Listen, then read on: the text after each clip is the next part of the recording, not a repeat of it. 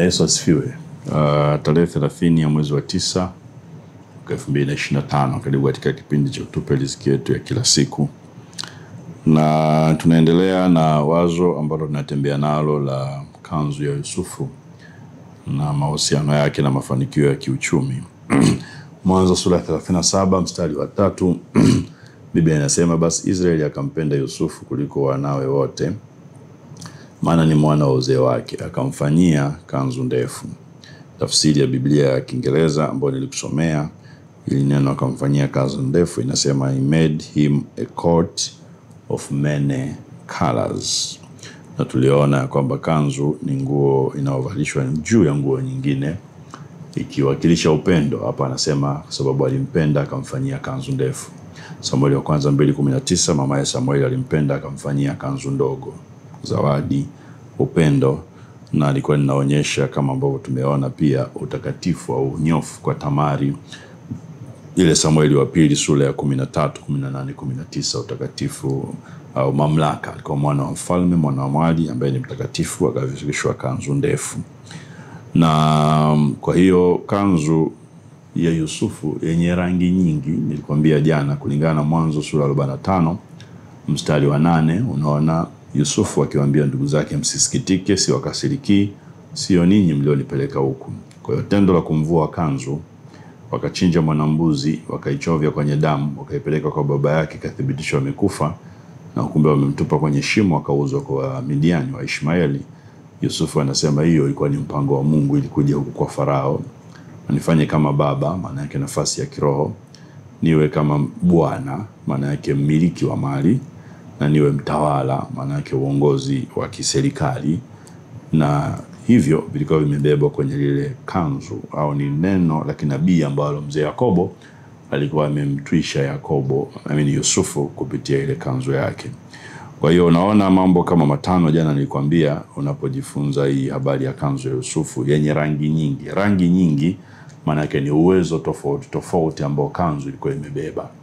Uwezo tofauti tofauti. Ukisoma habari za wana wa Israeli wa Lawi, utakumbuka walikuwa wanaambiwa washone kanzu hiyo ambayo ina naivera, na ibebeshwe majina, idaliziwe majina ya kabila 12 za Israeli, kionyesha uwezo tofauti tofauti kwa kila kabila. Kwa hiyo unaona kanzu ya Yusufu ndefu au yenye rangi nyingi, kila rangi ilikuwa inamaanisha uwezo fulani ambao uwezo ulikuwa unampa kufanikiwa kiuchumi. 45:8 ametuonyesha maeneo matatu, na mimi nataka niyavunje ili yawe maeneo matano ambayo yatakusaidia na uyaone kwenye maisha ya Yusufu. Kwanza, unaona ile kanzu ilikuwa imempa au imembebesha Yusufu uwezo wa kufanya biashara zaidi ya moja. Uwezo wa kufanya biashara zaidi ya moja na kufanikiwa, au diversification, neno la kitaalamu.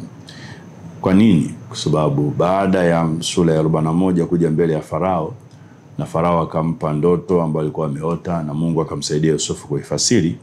Farao anasema, tupate mtu mwenye akili na mwenye hekima kama huyu. Na baadaye akasema, Yusufu, hakuna mtu kama wewe tunaweza kumpata, wewe ndio simamia hii biashara. Mawazo aliyompa ni biashara ya kufanya. Kwa miaka 7 ya shibe tukusanya 20% itufae miaka 7 ya njaa. Na Biblia inasema Yusufu akakusanya nafaka nyingi zaidi ya mchanga wa bahari. Uwezo wa kufanya biashara zaidi ya moja. Unaona wapi? Unayoona baada ya mwaka wa kwanza wa njaa kuisha, vitu vyote vimeisha. Akaanza kuwauzia nafaka. Nafaka ilivyoisha, fedha zao zilivyoisha kwa nafaka, akanunua mifugo yao. Mifugo ilivyoisha kwa nafaka, akanunua ardhi zao. Ardhi zilivyoisha, akawanunua wao wenyewe, wakawa mali ya Farao.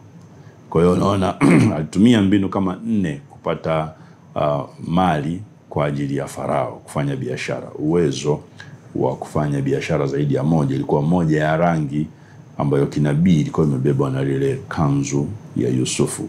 Koti au kanzu ya rangi nyingi, moja ya rangi ilikuwa ni uwezo wa kufanya biashara zaidi ya moja. Mungu amekusudia kila mtu awe namna hiyo, uwe na uwezo wa kufanya biashara zaidi ya moja. Kumbuka wokovu, Biblia inasema ni vazi. Wokovu ni vazi. Kwa hiyo ni vazi pia ambalo, kumbuka damu ya Yesu haikumwagika mara moja, ilimwagika mara 7. Vazi ambalo limebeba damu kama ya Yusufu, ambayo inatengeneza rangi za aina nyingi. Moja ya uwezo ambao Mungu anakupa ni uwezo wa kufanya biashara zaidi ya moja na kufanikiwa. Nitakupa mfano wa mwanamke aliyetajwa kwenye Mithali sura ya 31. Unaona pia Biblia haikutuacha kutuonyesha hapa ya kwamba unatakiwa kuwa na uwezo wa kufanya biashara zaidi ya moja, diversification. Huyu mwanamke sura ya 31 wengi wamezoea kumuita kama mke mwema ambaye ametajwa hapa. Angalia uwezo aliokuwa nao. Mstari wa 10:31 Mithali anauliza, mke mwema ni nani awezaye kumuona? Maana kima chake chapita kima cha marijani, na moyo wa mmewe humwamini, wala hata kosa kupata mapato. Unaona hapa inaingia jambo la kibiashara. Hata kosa kupata mapato, maana yake ni jambo la kibiashara. Anayapataje? Anasema umtendea mema wala si mabaya siku zote za maisha yake, utafuta safu ya kitani. Angalia mapato anayapata wapi? Huyu mwanamke anatafuta sufu na kitani. Hiyo ni biashara moja ambayo unaona ikitajwa. Na hii imetajwa mara nyingi ambayo tungeweza kuiweka kwa upande mmoja kama biashara ya kushona. Unaona akifanya biashara ya kushona. Imetajwa kama mara 4, nitakutajia mara zote kila nitakapoiona hapa. Moja, anasema wanakusanya sufu na kitani. Unaona hivi ni vitu vinatumika kwa nguo au kufuma. Hufanya kazi ya mikono kwa moyo. Anafanana na merikebu za biashara. Hii ni biashara ya pili, merikebu za biashara. Manake kwa lugha yetu ya kitaalamu anafanya importation. Anaagiza bidhaa toka mbali, analeta. Meli zinaleta bidhaa toka nchi zingine. Kwa hiyo mwanamke alikuwa anafanya biashara ya kuagiza mzigo, kama sasa watu wanaagiza Dubai, wanaagiza China. Hiyo biashara ya pili. Anafanya biashara ya merikebu za biashara. Biashara ya kwanza tungesema ni biashara ya ushonaji ambayo unaiona imewakilishwa na sufu na kitani na vitu kadhaa huku chini. Biashara ya pili atafanana na merikebu za biashara, na inasema huleta chakula chake kutoka mbali. Kwa hiyo anafanya importation, anaagiza mzigo toka nje. Biashara ya pili alikuwa anaifanya trading. Tena huamka kabla hajaisha usiku, huwapa watu wa nyumbani mwake chakula na wajakazi wake sehemu zao. Maana yake anabidii kwenye kazi zake. Angalia biashara ya 3 mstari wa 16, huangalia shamba akalinunua. Kwa hiyo alikuwa na biashara ya shamba, agribusiness. Tukiongea kwa lugha sasa hizi, kwa mapato ya mikono yake hupanda mizabibu. Hiyo ni biashara ya shamba. Anapanda mizabibu kwa mapato ya mikono yake. Hujifunga nguvu viunoni kama mshipi, kutia mikono yake nguvu. Maana yake bidii unaiona ikizungumzwa kama msingi wa kufanikiwa. Anasema huona kama bidhaa yake ina faida. Maana yake anafanya tathmini, taa yake haizimiki usiku. Anasema hutia mikono yake katika kusokota. Kumbuka mstari wa 13, utafuta sufu na kitani. Anafanya kazi ya mikono yake, nikwambia ni kazi ya ushonaji. 19 anairudia, hutia mikono yake katika kusokota na mikono yake huishika pia. Kwa hiyo anasokota hiyo sufu na kitani kutengeneza vitu mbalimbali. Anaangalia jambo la 4, wakunjulia maskini mikono yake na huwaonyeshia wahitaji mikono. Hii ni biashara. Kwa hiyo anaida kituo cha watoto yatima au anafanya msaada. Yakobo 1:27, dini iliyo bora kuwasaidia walio wahitaji.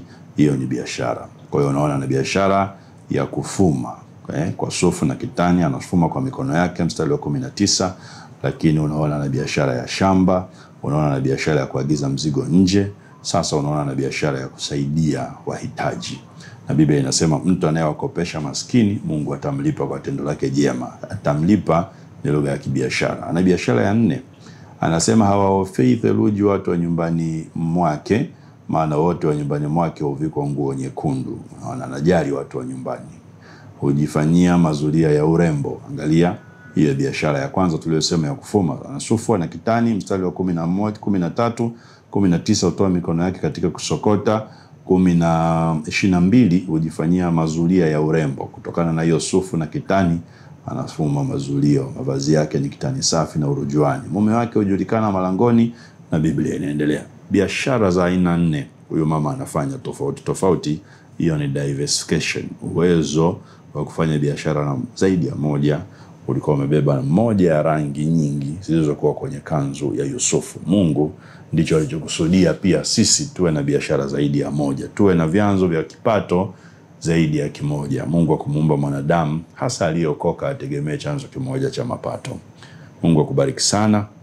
Mungu akufungulia milango ya kuona uwezo gani amekupa biashara gani amekupa za kufanya ili ufanikiwe katika maisha yako. Chanzo kimoja kikifungwa, usikate tamaa, kiko kingine kinafunguka, na ndivyo Mungu alivyokusudia. Uwe na wingi, uwe na utele katika kila unalofanya, katika jina la Yesu. Amen.